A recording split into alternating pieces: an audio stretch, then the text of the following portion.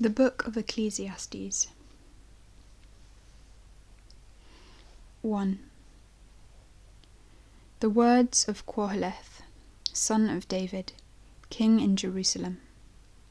Vanity of vanities, Qoheleth says, vanity of vanities, all is vanity. For all his toil under the sun. What does man gain by it? Yet the earth stands firm forever. The sun rises, the sun sets, then to its place it speeds, and there it rises. Southward goes the wind, then turns to the north. It turns and turns again. Back then to its circling goes the wind. Into the sea all the rivers go, and yet the sea is never filled. And still to their goal the rivers go. All things are wearisome. No man can say that eyes have not had enough of seeing, ears their fill of hearing. What was will be again. What has been done will be done again. And there is nothing new under the sun. Take anything of which it may be said, "Look now, this is new." Already, long before our time, it existed. Only no memory remains of earlier times. Just as in times to come next year itself will not be remembered.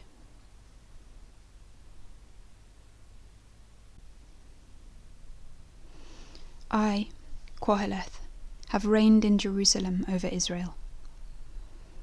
With the help of wisdom, I have been at pains to study all that is done under heaven. Oh, what a weary task God has given man to labour at. I have seen everything that is done under the sun, and what vanity it all is, what chasing of the wind. What is twisted cannot be straightened, what is not there cannot be counted. I thought to myself, I have acquired a greater stock of wisdom than any of my predecessors in Jerusalem. I have great experience of wisdom and learning. Wisdom has been my careful study, stupidity too, and folly. And now I have come to recognize that even this is chasing of the wind. Much wisdom, much grief. The more knowledge, the more sorrow.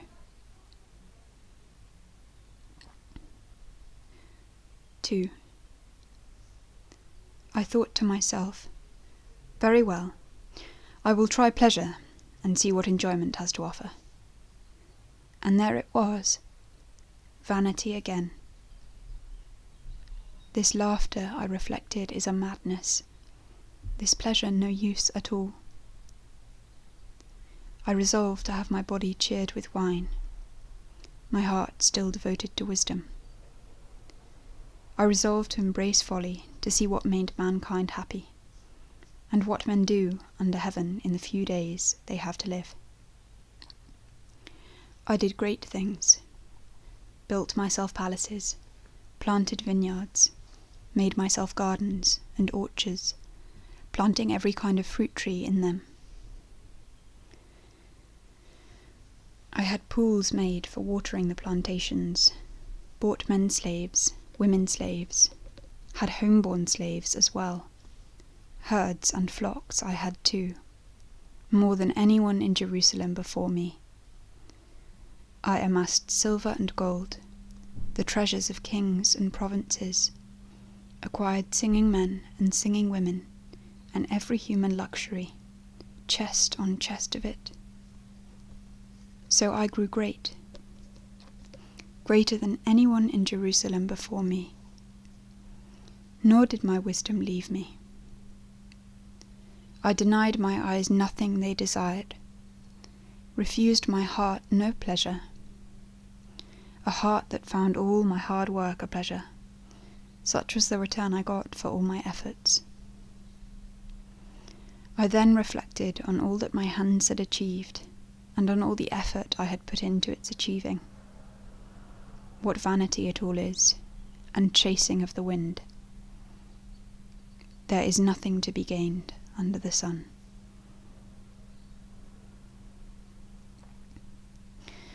My reflections then turned to wisdom, stupidity, folly.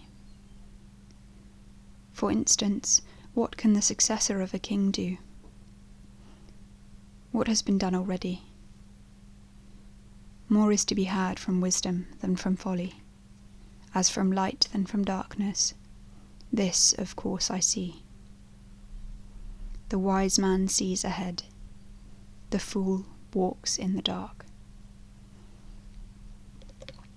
No doubt. But I know too that one fate awaits them both. The fool's fate, I thought to myself, will be my fate too. Of what use my wisdom then? This too, I thought, is vanity. Since there is no lasting memory for wise man or for fool, and in the days to come both will be forgotten. Wise man, alas, no less than fool must die. Life I have come to hate, for what is done under the sun disgusts me, since all is vanity and chasing of the wind. All I have toiled for, and now bequeathed to my successor, I have come to hate. Who knows whether he will be a wise man or a fool? Yet he will be master of all the work into which I have put my efforts and wisdom under the sun. That too is vanity. And hence I have come to despair of all efforts I have expended under the sun. For so it is, that a man who has laboured wisely, skilfully, and successfully must leave what is his own to someone who has not toiled for it at all. This too is vanity and great injustice. For what does he gain for all the toil and strain that he has undergone under the sun? What of all his laborious days, his cares of office, his restless nights? This too is vanity.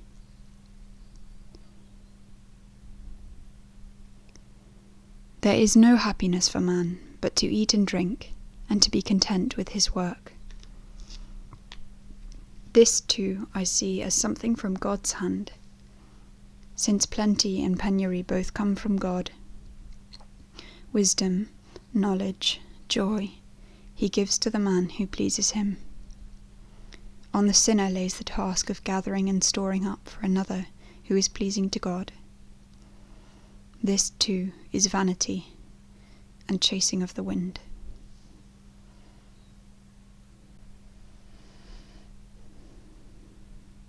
(3) There is a season for everything, a time for every occupation under heaven.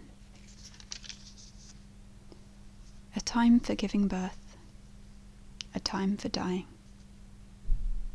a time for planting, a time for uprooting what has been planted, a time for killing, a time for healing, a time for knocking down, a time for building, a time for tears, a time for laughter, a time for mourning, a time for dancing, a time for throwing stones away, a time for gathering them up, a time for embracing, a time to refrain from embracing, a time for searching, a time for losing, a time for keeping, a time for throwing away, a time for tearing, a time for sowing, a time for keeping silent, a time for speaking, a time for loving, a time for hating, a time for war, a time for peace.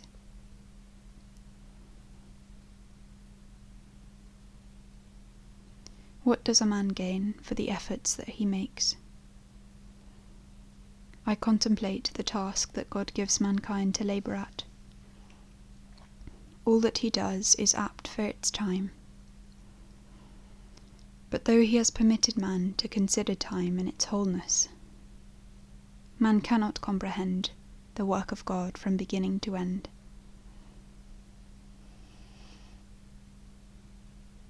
I know there is no happiness for man except in pleasure and enjoyment while he lives. And when man eats and drinks and finds happiness in his work, this is a gift from God. I know that what God does, he does consistently. To this nothing can be added, from this nothing taken away. Yet God sees to it that all men fear him. What is, already was. What is to be, has been already. Yet God cares for the persecuted. But I still observe that under the sun, crime is where law should be, the criminal where good should be. God, I thought to myself, will judge both virtuous and criminal, because there is a time here for all that is purposed or done. I also thought that mankind behaves like this, so that God may show them up for what they are, and expose them for the brute beasts that they are to each other. Indeed, the fate of man and beast is identical. One dies, the other too, and both have the self-same breath. Man has no advantage over the beast, for all is vanity. Both go to the same place. Both originate from the dust, and to the dust both return. Who knows if the spirit of man mounts upward, or if the spirit of the beast goes down to the earth? I see there is no happiness for man, but to be happy in his work, for this is the lot assigned him. Who then can bring him to see what is to happen after his time?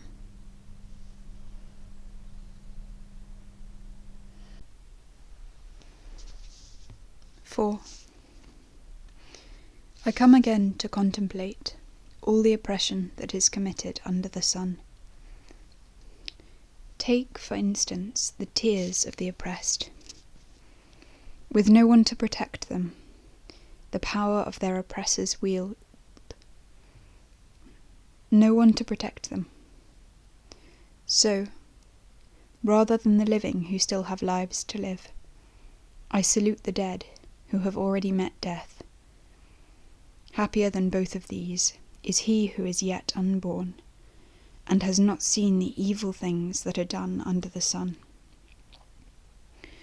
I see that all effort and all achievement spring from men's mutual jealousy. This too is vanity and chasing of the wind. The fool folds his arms and eats his own flesh away. Better one handful of repose than 2 hands full of effort in chasing the wind. And I observe another vanity under the sun. A man is quite alone, no son, no brother, and yet there is no end to his efforts. His eyes can never have their fill of riches. For whom, then, do I work so hard, and grudge myself pleasure? This, too, is vanity, a sorry business. Better, too, than one by himself, since thus their work is really profitable. If one should fall, the other helps him up, but woe to the man by himself, with no one to help him up when he falls down. Again, they keep warm who sleep 2 together, but how can a man keep warm alone? Where one alone would be overcome, two will put up resistance, and a threefold cord is not quickly broken. Better a lad beggarly yet wise, than a king old yet foolish. He will no longer take advice. The lad may well step from prison to the throne, or have been born a beggar in the kingdom now he owns. I observe that all who live and move under the sun side with that lad, the usurper who has succeeded. He takes his place at the head of innumerable subjects. Sad if later no one has cause to be glad of him. This too most certainly is vanity and chasing of the wind.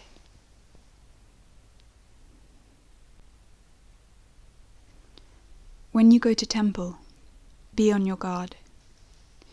Go near so that you can hear.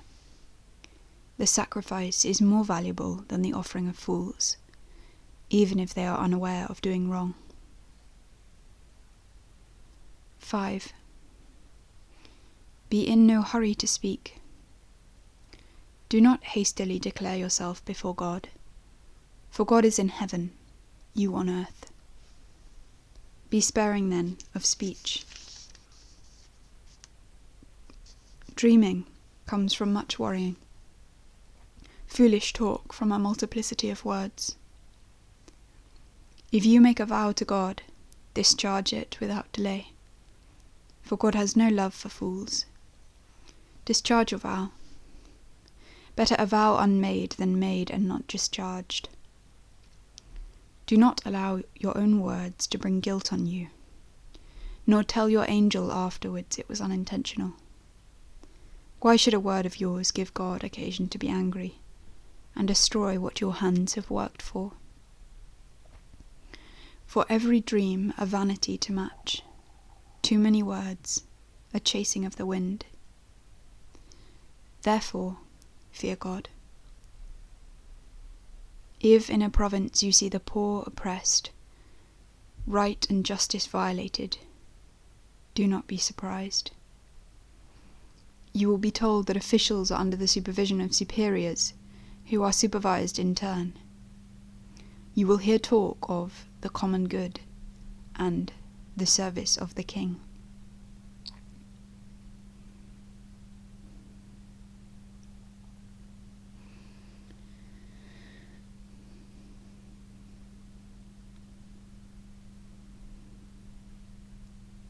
He who loves money never has money enough. He who loves wealth never has enough profit.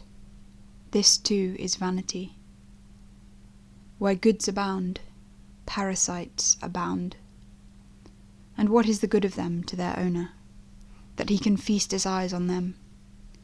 The labourer's sleep is sweet, whether he has eaten little or much, but the rich man's wealth will not let him sleep at all. There is a great injustice that I observe under the sun. Riches stored and turning to loss for their owner. One unlucky venture, and those riches are lost. A son is born to him, and he has nothing to leave him. Naked from his mother's womb he came. As naked as he came, he will depart again, nothing to take with him after all his efforts. This is a grievous wrong, that as he came, so must he go. What profit can he show after toiling to earn the wind, as he spends the rest of his days in darkness, grief, worry, sickness, and resentment? This, then, is my conclusion. The right happiness for man is to eat and drink and be content with all the work he has to do under the sun, during the few days God has given him to live, since this is the lot assigned him. And whenever God gives a man riches and property, with the ability to enjoy them and to find contentment in his work, this is a gift from God. He will not need to brood, at least, over the duration of his life, so long as God keeps his heart occupied with joy.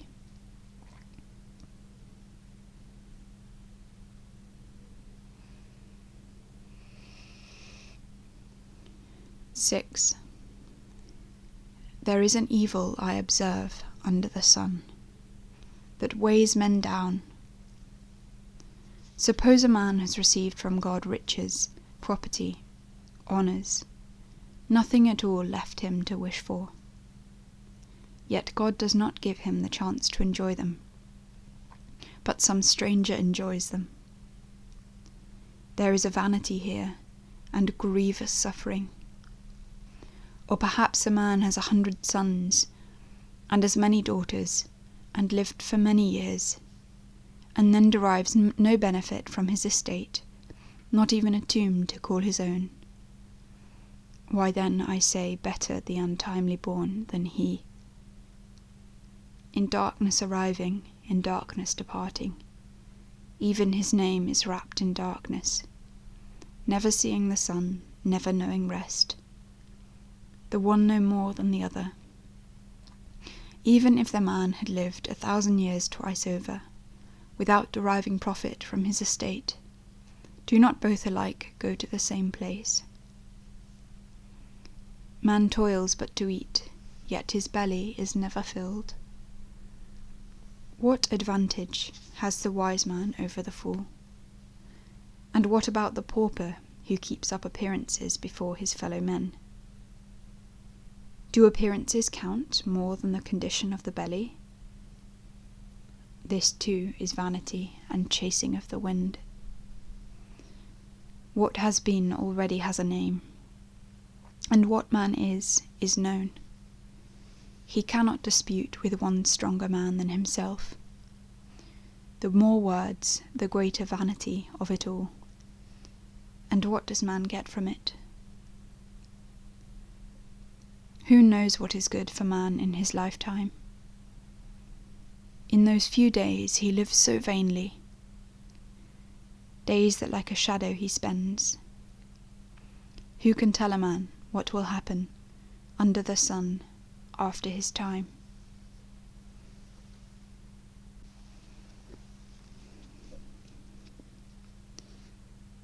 (7) Better a good name than costly oil, the day of death than the day of birth. Better go to the house of mourning than to the house of feasting. For to this end all men come. Let the living take this to heart.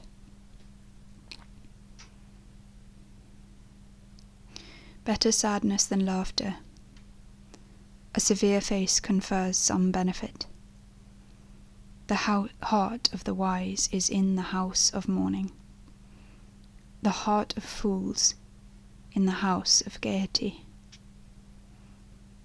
Better attend to a wise man's reprimand than listen to a song sung by a fool. For like the crackling of thorns under the cauldron is the laughter of fools. This is vanity too. For laughter makes a fool of the wise man, and merriment corrupts the heart.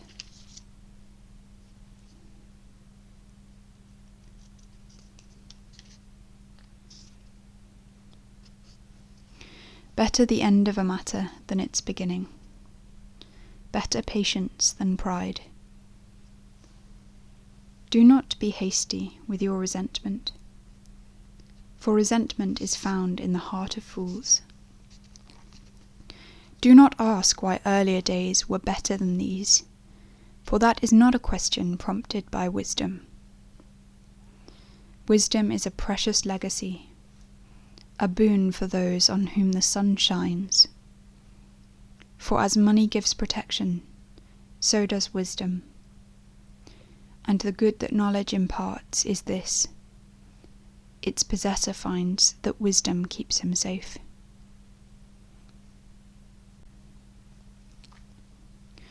Consider the work of God. Who can set straight what he has made crooked?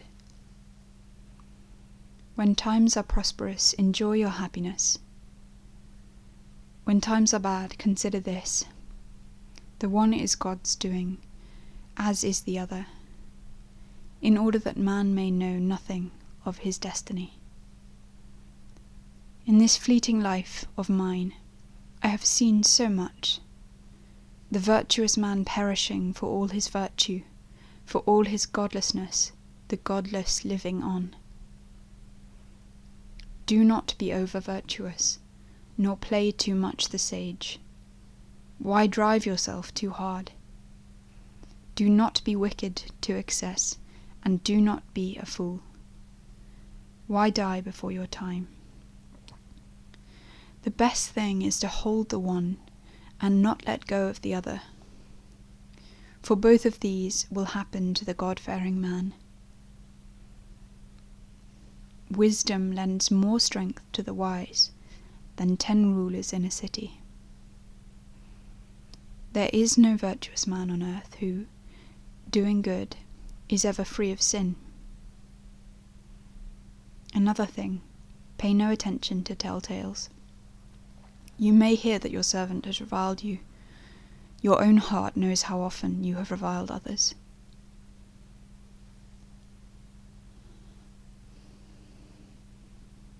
I have put all this to the test by wisdom, claiming to be wise, but wisdom has been beyond my reach. Reality lies beyond my grasp, and deep, so deep, who can discover it? Once again I was at pains to study wisdom and retribution, to see wickedness as folly and foolishness as madness. I find woman more bitter than death. She is a snare, her heart a net, her arms are chains. He who is pleasing to God eludes her, but the sinner is her captive. This then you must know, says Qoheleth, is the sun of my investigation, putting this and that together. I have made other researches too, without result. 1 man in 1,000 I may find, but never a woman better than the rest. This, however, you must know. I find that God made man simple. Man's complex problems are of his own devising. 8. Who is like the sage? Who else can solve a problem? The wisdom of a man lends brightness to his face. His face, once grim, is altered. This I say. Obey the command of the king. For the sake of the oath of God, do not rashly transgress it.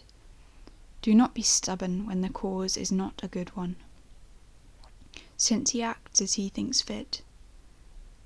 For the word of the king is paramount. And who dare say to him, why do that? He who obeys the command will come to no harm, and the wise man knows there will be a time of judgment. For there is a time of judgment for everything, and man runs grave risks, since he does not know what is going to happen, and who can tell him when it will happen? No man can master the wind so as to hold it back, nor control the day of death. There is no discharge in time of war. No more can wickedness set its author free. All this I observe as I consider all that is done under the sun, whenever man tyrannizes over man to his hurt. And then I see the wicked brought to burial, and people come from the temple to honor them in the city, for having been the men they were. This too is vanity, since the sentence on wrongdoing is not carried out at once. Men's inmost hearts are intent on doing wrong. The sinner who does wrong 100 times survives even so. I know very well that happiness is reserved for those who fear God, because they fear him. That there will be no happiness for the wicked man. and that he will only eke out his days like a shadow, because he does not fear God. But there is a vanity found on earth, the good, I mean, receive the treatment the wicked deserve, and the wicked the testament the good deserve. This, too, I say, is vanity. Joy, then, is the object of my praise, since under the sun there is no happiness for man, except in eating, drinking, and pleasure. This is his stand-by in his toil. Through the days of life, God has given him under the sun.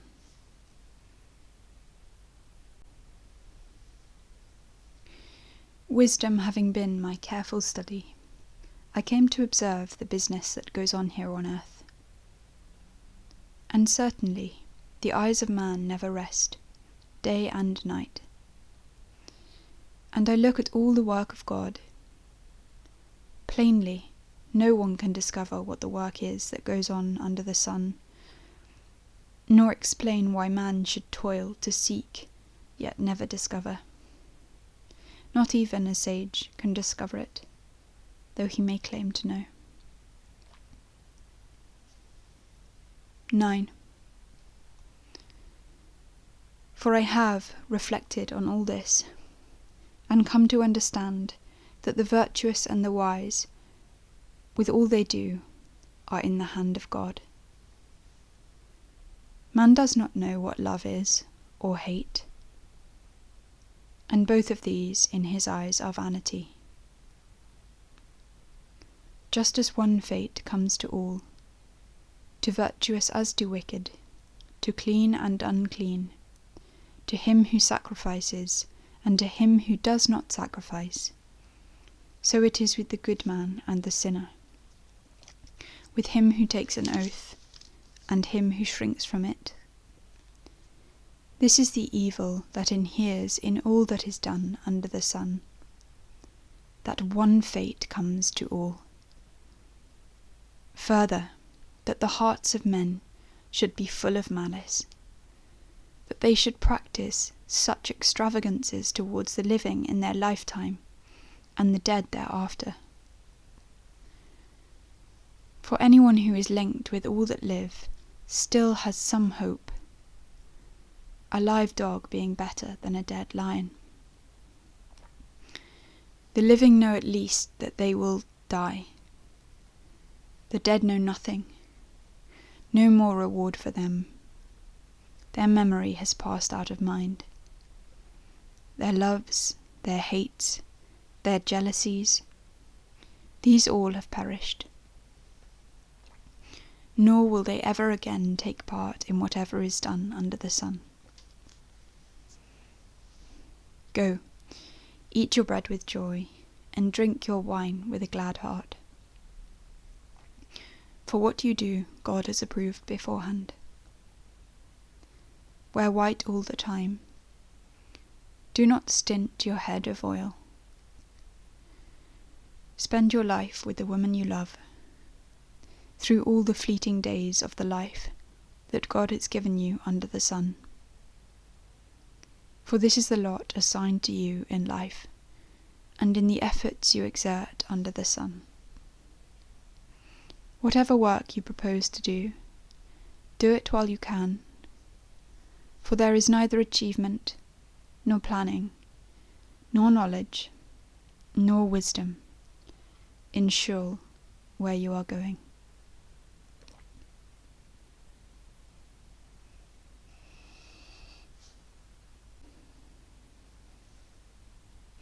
I see this too under the sun.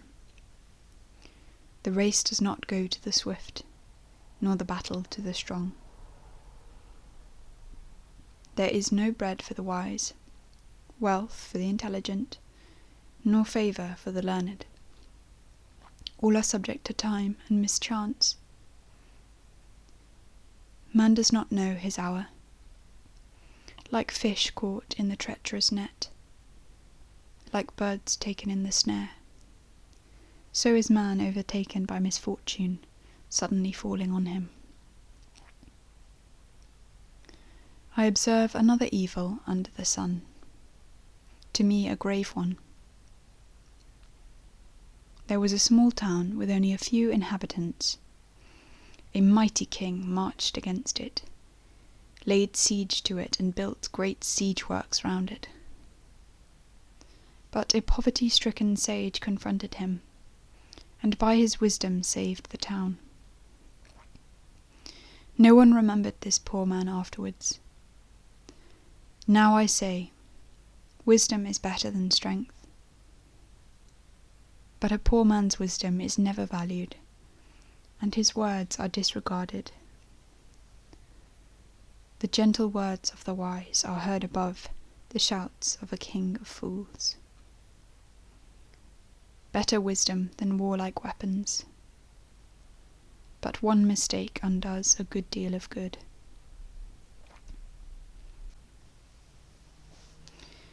10. Dead flies spoil a bowl of perfumed oil. A little folly is stronger than wisdom and honour. The wise man's heart leads him right.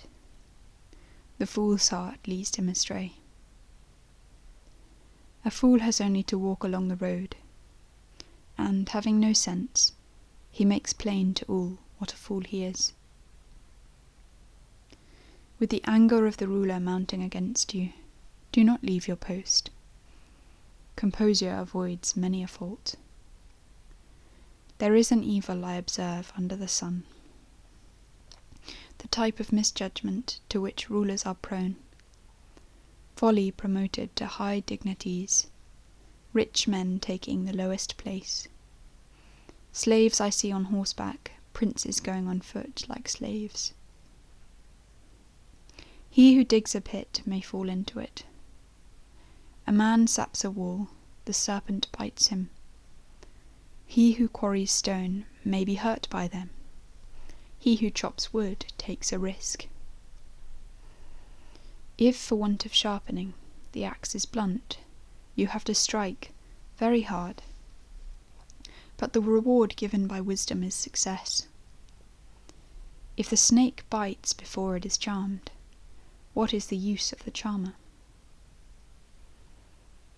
Words from a wise man's mouth are pleasing, but a fool's lips procure his own ruin. Of the words he speaks, folly is the beginning, sheer madness the end. A fool is a great spender of words. Man does not know the future, so who can tell him what is to happen after his time?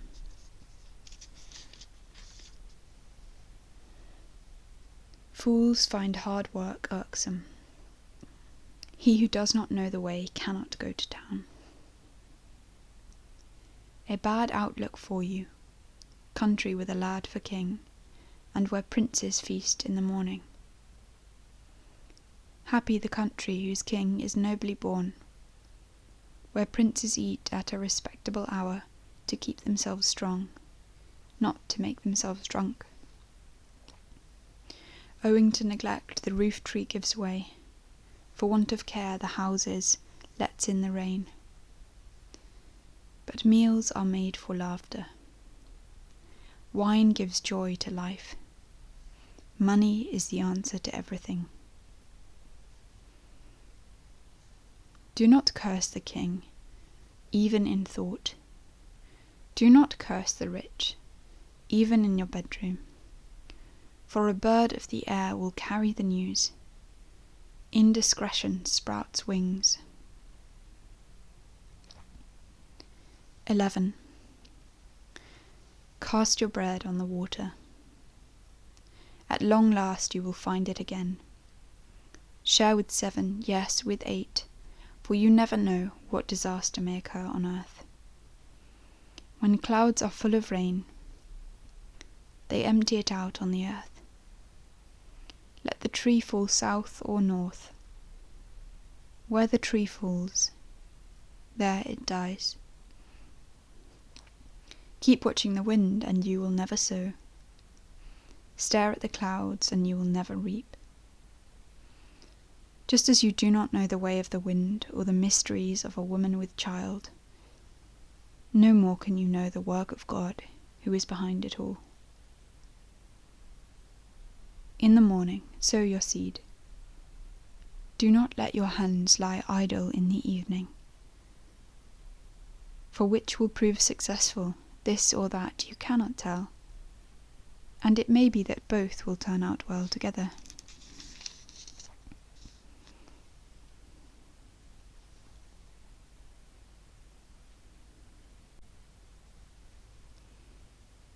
Light is sweet. At sight of the sun, the eyes are glad. However great the number of years a man may live, let him enjoy them all. And yet remember that dark days will be many. All that is to come is vanity. Rejoice in your youth, you who are young. Let your heart give you joy in your young days.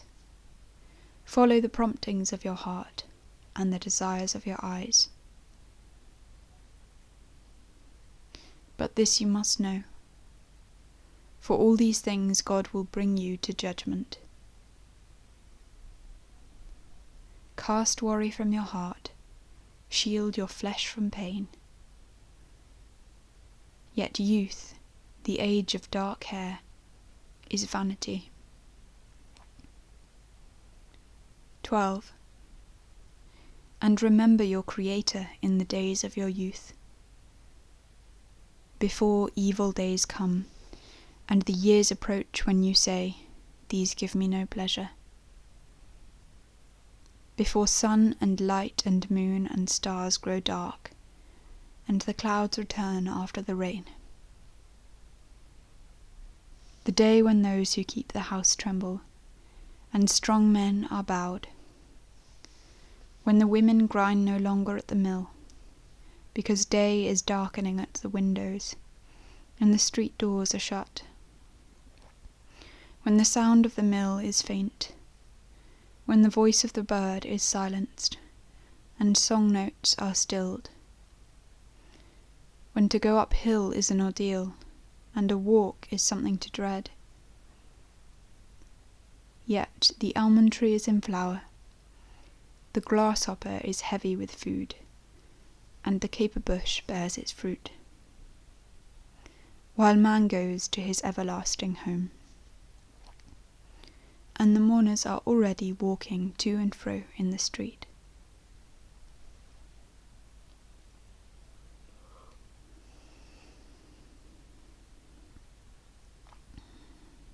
Before the silver cord has snapped, or the golden lamp has been broken, or the pitcher shattered at the spring, or the pulley cracked at the well, or before dust returns to the earth as it once came from it, and the breath of God who gave it. Vanity of Vanities, Koheleth says, all is vanity.